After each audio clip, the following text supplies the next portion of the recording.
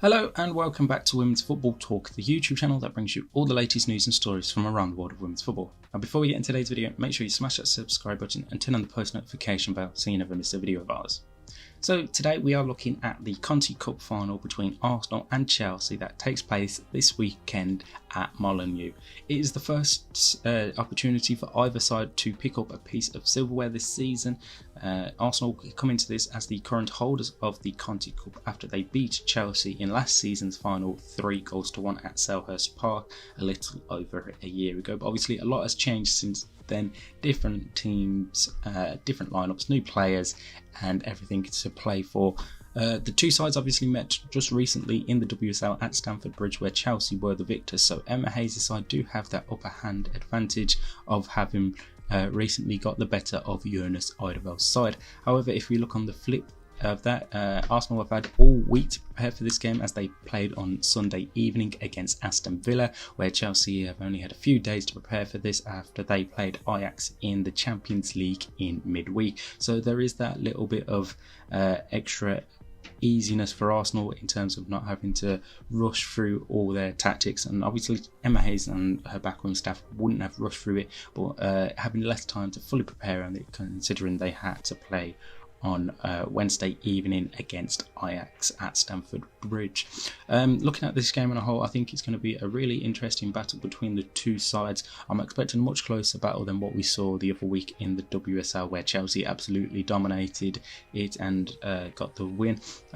Obviously we've been at a neutral ground and everything, anyone can obviously win a cup final. For Jonas Eidevall's side, the trophy would obviously give them a bit of confidence boost to end the season, as that is the only real opportunity that they have of silverware this season. Yes, mathematically they can still win the WSL title, but the likelihood of Chelsea and Manchester City dropping points in that is very slim. And for Emma Hayes' side, it would be the perfect start to her time coming to an end at Chelsea, as they could win one of 4 trophies this season, with the Champions League still being up for grabs, the FA Cup as well as the WSL title. So this could be the perfect start of a quadruple for Emma Hayes' side.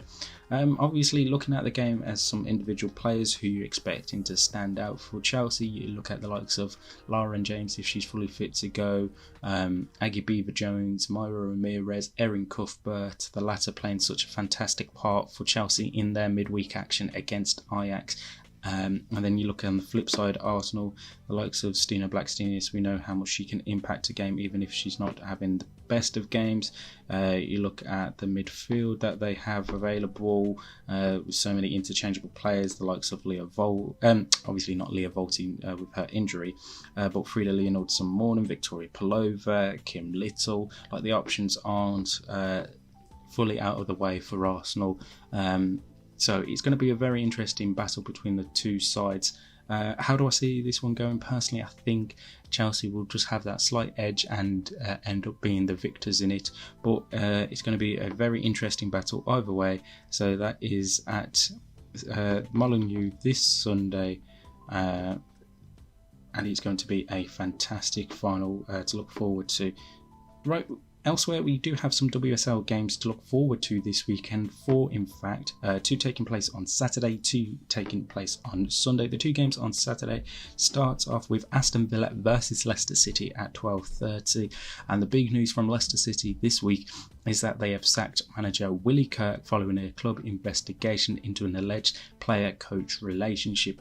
Now, Willie Kirk had been missing Leicester's last couple of games for the past month or so as this investigation had gone on, and the club have deemed that Willie Kirk had breached the club's code of conduct in terms of player relationship with a coach, and he has now been sacked. So hopefully that is the end of it. We see this type of stuff coming out of football and it never happens again, because it does cross the line, and as many coaches in the WSL and across the leagues that have spoken out about it, both at club level and even international level, mentioning that a player-coach relationship isn't right and is something that shouldn't be happening. So that is a big news coming out of Leicester City this week. The other game on Saturday sees Liverpool versus Manchester City. Liverpool last week jumped up to 4th place with a draw over with a draw with Everton and Manchester United losing. And for Manchester City, they have the opportunity to go top of the table with victory, and obviously with Chelsea not playing this week, so the two sides are currently level on points, but Chelsea have that advantage in the goal difference. So both games are kicking off at 12:30 there, and then on Sunday we have Manchester United versus Everton kicking off at midday,